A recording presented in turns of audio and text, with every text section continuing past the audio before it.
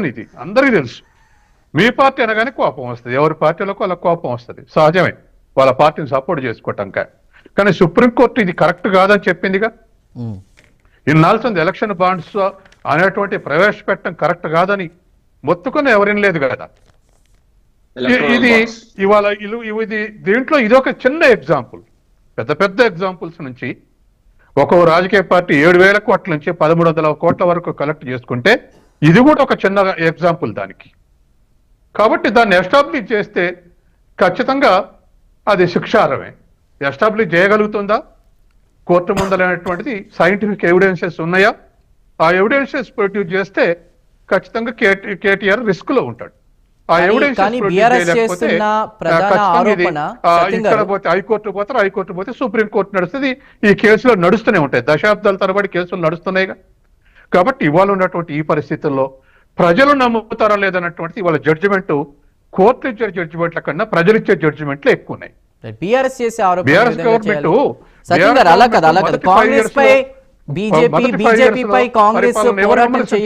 ఎవరు ధైర్యం కూడా చేయలేదు. సెకండ్ టర్మ్ లో జరిగినటువంటి విషయాలన్నీ కూడా ప్రజల విమర్శలకు దారి తీసినాయి. 1, 2, 3 1 డజన్ ఐటమ్స్ ఉన్నాయి, మళ్ళీ చెప్పుకోవాల్సిన పని లేదు మనం. కాబట్టి అందులో ఇదొక చిన్నది. కాబట్టి అమౌంట్ చిన్నదే. ఇవాళ ఒకప్పుడు బోఫోర్స్ డీల్ మీద కేంద్ర ప్రభుత్వం మారిపోయింది, కానీ దాని టోటల్ మార్కెట్ వాల్యూ 64 కోట్లే. కాబట్టి ఇవాళ ఉన్నటువంటి పరిస్థితుల్లో లక్షల కోట్లు, 100 కోట్లు ఇటువంటి అన్ని వాళ్ళ ట్రాన్స్ఫర్ జరుగుతున్నాయి. కాబట్టి ఎక్కడి నుంచి వస్తున్నాయి? ఇప్పుడు ఎలక్షన్ వాచ్ సంస్థలు ఎస్టిమేషన్స్ ప్రకటించినాయి కదండి స్టాండర్డ్ జర్నల్స్ లో. ఈ దేశంలో జాతీయ పార్టీలు, ఒక జాతీయ పార్టీ 27,000 కోట్లు ఖర్చు పెట్టింది, ఒక జాతీయ పార్టీ 5,000 కోట్లు ఖర్చు పెట్టింది, ప్రాంతీయ పార్టీలు ఎవరికి తగ్గట్టు వాళ్ళు ఖర్చు పెట్టారని చెప్పేసి ఒకవైపు మనకు చెప్తూనే ఉన్నది.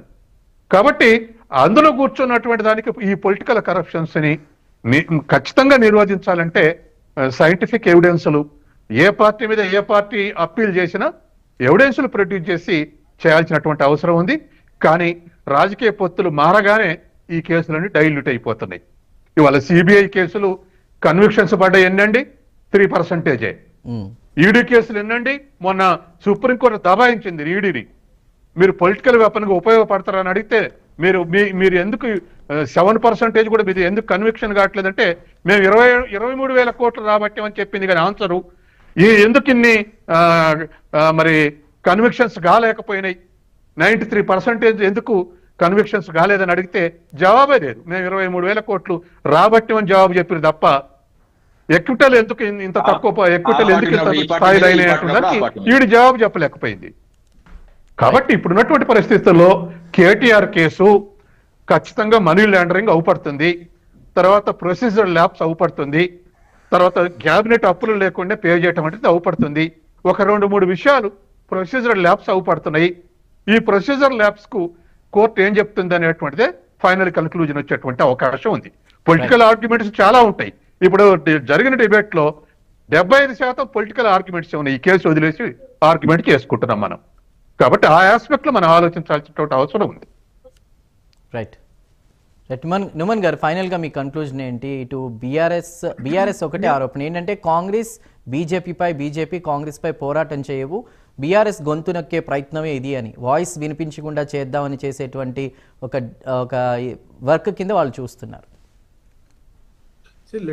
Not see this in a political perspective, like Peddala Satyam garu maatladinattu.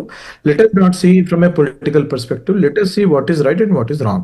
వారు ఒకవేళ తప్పు చేస్తే దాని శిక్షార్హులు, 100% శిక్ష పడుతుంది. వారు తప్పు చేస్తారని చెప్పేసి ఒక గవర్నమెంట్ గా మేము ఉన్నాం కాబట్టి దానికి కావాల్సినటువంటి ఎవిడెన్సెస్ ని కోర్టు ప్రవేశపెడతాము. కోర్టు ముందు ప్రవేశపెట్టినప్పుడు సబ్స్టాన్షియల్ ఎవిడెన్స్ ఉన్నప్పుడు ఎస్ ఎస్టాబ్లిష్ అయిన తర్వాత 100% కేటీఆర్ కి శిక్ష పడాలి అని చెప్తే court will decide and the people of Telangana will also decide. People of Telangana మాకొక్కరికే కాదు కదండి, మేము ఇది అధికారంలో ఉన్నాం కాబట్టి మా ఇష్టారాజ్యం చేయడానికి లేదండి. People of Telangana will listen, they are keenly watching each and every move.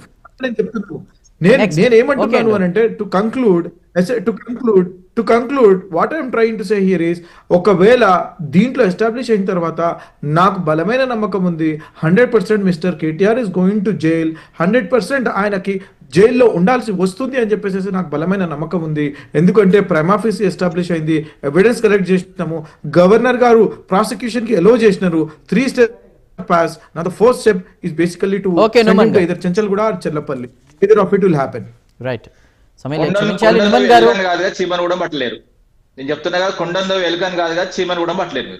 Right అండి, చూద్దాం ఏం జరుగుతుందో. నిమన్ గారు Congress national coordinator, thank you అండి. విజయ్ సునీత గారు బీజేపీ అధికార ప్రతినిధి, థ్యాంక్ యూ. పాలేపల్లి రామ్మూర్తి గారు బీఆర్ఎస్ అధికార ప్రతినిధి, మరియు అందే సత్యం గారు ప్రముఖ రాజకీయ విశ్లేషకులు, అందరికీ కూడా డిబేట్లో జాయిన్ అయినందుకు ధన్యవాదాలు. పొలిటికల్ ఆరోపణలు ఎన్నున్నా కూడా దీనికి సంబంధించి క్విట్ ప్రోకో జరిగింది, లేదంటే ఇక్కడ మనీ లాండరింగ్ కూడా జరిగింది అనేది అర్థమవుతుంది. ఆర్బీఐకి సంబంధించి ట్రాన్సాక్షన్ విషయంలో కూడా వాడు అనుమతి లేకుండా ఒకవేళ జరిగితే ఈడీ ఎంటర్ అయ్యే అవకాశం ఉంటుంది, ఆ తర్వాత ఒకవేళ అరెస్ట్ అయ్యే అవకాశం కూడా ఉంటుందని కాంగ్రెస్ చెప్తుంది. మరి కోర్టు ఎలాంటి